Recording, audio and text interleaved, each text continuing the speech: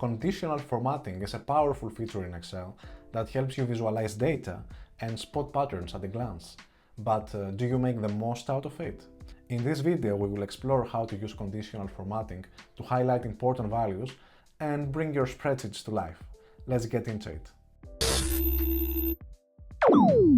Here we have a dataset that shows different car models, the year they were released, as well as several of their characteristics, such as the horsepower, the torque, and their price.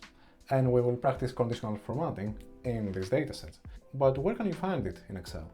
Well, that's pretty easy. You have to go to the Home tab and then come here to the Styles area where you have conditional formatting. So let's try to explore it a bit. If you expand this, you will see that you have a lot of options. You can highlight cell values based on certain criteria, such as if their values is greater than one threshold that you define, less than it, between, or equal to a specific number or a value. And what is also quite interesting is that you have other options. For example, this one enables you to highlight values where the text contains certain characters.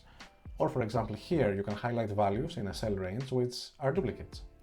Let's look at a couple of those. So let's assume that somebody wants to buy a car and he's really interested into the most expensive ones.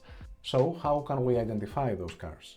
Well, we will firstly highlight the column H that holds the prices, then go to conditional formatting and select highlight cell rules greater than, and let's say that I'm interested in cars that are more than 2 million USD. So I'm gonna type this. What if I would like to modify that and change the value that is my threshold or even the color here? Well, that's easy because whatever conditional rule you define, you can always find it by going here and going to Manage Rules. And indeed, here is exactly what we defined a second ago. We can highlight this and press Edit Rule and change, for example, the threshold to $1.5 million, as well as the format of the highlight. For example, we can say, let's take this light blue color this time and click OK and apply. And here you have it. What if you would like to take that away? You're not interested in that anymore. Again, that's pretty easy. You go to the same place, always conditional formatting, and in this case, you can just clear rules. And Excel provides you with two options here. You can either clear rules from the selected cells or clear rules from the entire sheet. In my case, I will select clear rules from entire sheet and this will go away. Now I'm interested also to understand what are the models with the highest horsepower, for example, the top 10 of them. What if we would like to highlight the 10 fastest cars, the ones with the highest horsepower?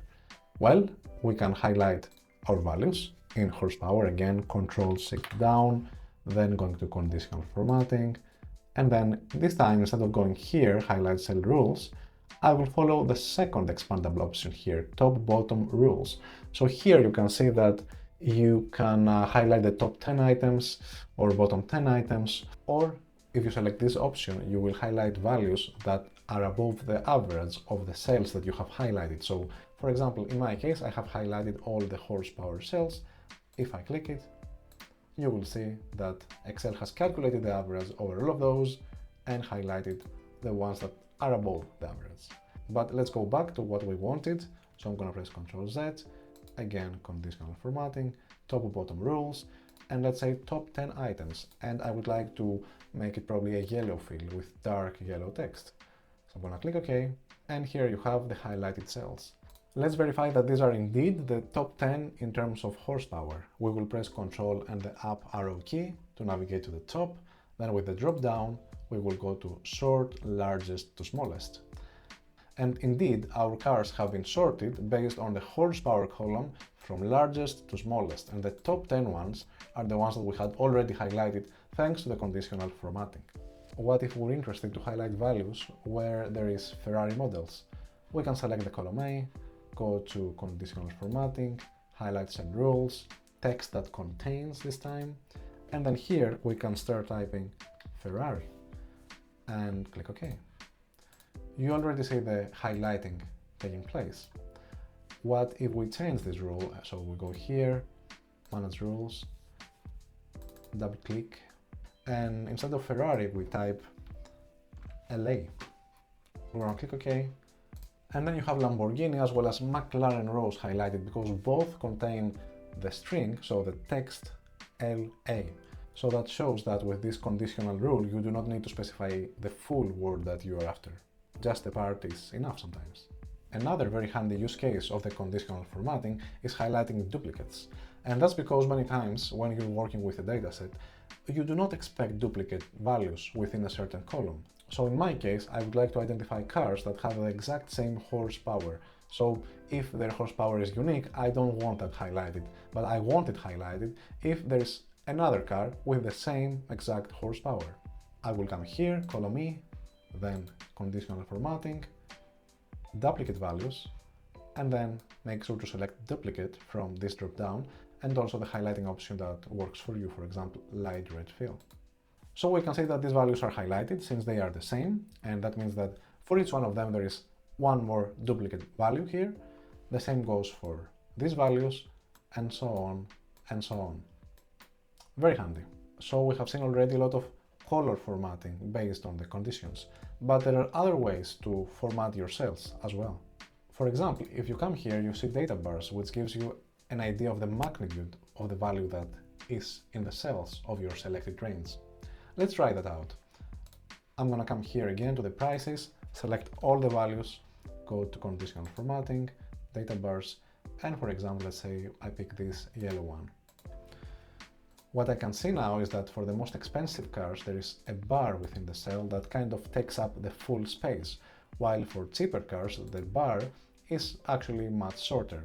If you look, for example, for the cheapest cars, like this one, you will see that the bar is almost non-existent. One more thing that you can do is going for color scales. So in the same way, it gives you an idea of the value of the cell in comparison with all the other values in the cell range that you have selected. Firstly, I'm going to remove the previous rule. So now we can select again the full cell range, coming here, color scales, and for example, if we select the first one, we can see that the color range ranges from green, where the value is highest, to red, where the value is lowest. If that works for you, great, otherwise you can customize it as pretty much everything in Excel. For example, you can come here, manage rules. You can find here the rule that basically mentions the exact format that we described now and the cells that it applies, and you can double click to change that. So for example, you can say if you want to have a 3-color scale or a 2-color scale, for example, I might want a 2-color scale, and personally I would like the lowest value to be colored more like purple, while the highest value to be colored like blue, light blue. So I'm gonna click OK, apply, and here you have a similar idea now with 2 colors basically, light blue for the highest values and orange for lower ones. On top of that, you can even use fancy icons to make your point when it comes to color coding. For example, let's look at the time needed to reach the 60 miles per hour. We're gonna select the dataset, coming here and going to icon sets. As I hover over different options, in the background, you can see how this will look like if I click and select on it. Apart from the directional arrows, you have also different kind of shapes or indicators like the tick mark, the X, or the exclamation mark. Personally, I found this shape option a bit more elegant, so I'm gonna go with that. And you can see the logic applied here. For example, these ones that take, well, less time, 2.5 seconds to reach the 60 miles per hour, are highlighted with a red color, like that's bad, while if we go to other models, like this one that takes 6.5 seconds, you have it with green. And that's not really what we're after. We would expect the opposite, right? Well, Excel doesn't know what we want to do, so we can change this, we can modify the way the logic is applied. Again, going to conditional formatting, manage rules, double click, and then say that I would like this to be red if the value is, in terms of number, higher than 4 seconds. I would like this to be yellow if the value is more than 2 seconds. And I would like this to be green if the value is less than 2 seconds. And I'm gonna click OK. And now the logic has been applied and you can see the changes in the color coding. For example, this one now is orange, while these ones that are the fastest cars in our dataset do get the green flag. Now we have seen that there's a lot of predefined options available when you go to the menu, either here or here, and probably that's enough for you. But in case you would like to create something completely on your own, customized, you also have the possibility to do that. Let's say that we're interested to look at the engine size of the different cars and highlight all cars for which the engine size is less than 5 liters. So let's start by creating the rule. I will click here and select all the values in the cell and basically say that I would like them to be highlighted when the value is less than 5. Coming back here, in fact, it's better to remove these dollar signs to make this dynamic, and let's say that you would like this to be formatted by green color. Click OK and then again OK. And nothing seems to happen, but that can happen when you're working with Excel, and what is important is to be able to troubleshoot. So how can we investigate? Let's see again how this rule is applied. I'm coming to the conditional formatting, manage rules, and well, I don't see any rule here. That's weird, right? But if you come to this drop down and select this worksheet, you now see the rule. And if you read more carefully, you will see that it says that it's applied only to cell D2. And that's not what we wanted, right? We would like it applied to the full column. Let's fix that. I'm gonna click here in the arrow. So now I'm gonna make sure to select from the first to the last cell of this column. Click enter. And now I can verify that everything looks as I expected. I'm gonna click apply and then OK. So now you can see that all engine sizes of less than 5 liters are highlighted. Now, as we said earlier, you can always modify this rule. If you come here, manage rules,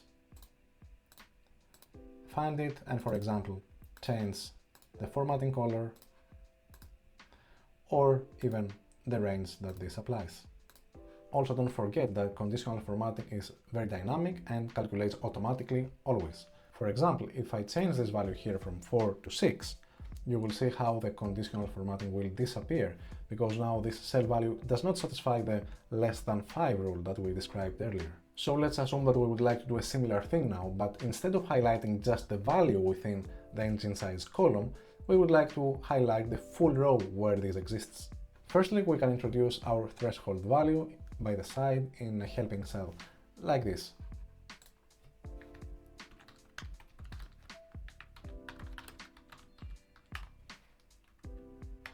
So this is the value against which I'm gonna compare the different engine sizes. And I'm gonna start again afresh by creating a new rule. Firstly, I'm gonna select all values of this dataset, for example, going to the cell A2 and then pressing Ctrl-Shift down and Ctrl-Shift right, then conditional formatting, new rule, and then we're gonna use a formula. Now, since we have highlighted all these cells, Excel knows that it will apply this formula to all these cells, and we just need to specify the condition that should be calculated. We can come here and then select, for example, the value on the D2 cell and say that we would like that to be true when it is less than the value in the limit engine size. And I'm gonna click enter. And I'm gonna say that I would like this to be formatted with green. Well, nothing happens here. Why this happens? Well, because again, we have to be very specific about the rule that applies. So let's troubleshoot again. We can come here, manage rules, and then we understand that this has to change. We have to remove this dollar sign because we would like indeed this condition to be calculated over the column D, but we would like the cell number to be flexible and not fixed to the second cell of the column. We're gonna keep the format color as it is and click OK, and then apply. And now you can see that different rows have been fully highlighted based on this comparison of the engine size value against the threshold that we specified here on the right side. And that's a wrap. If you like this video, don't forget to like, subscribe, or even comment below which other topics you would like me to cover. See you in the next video.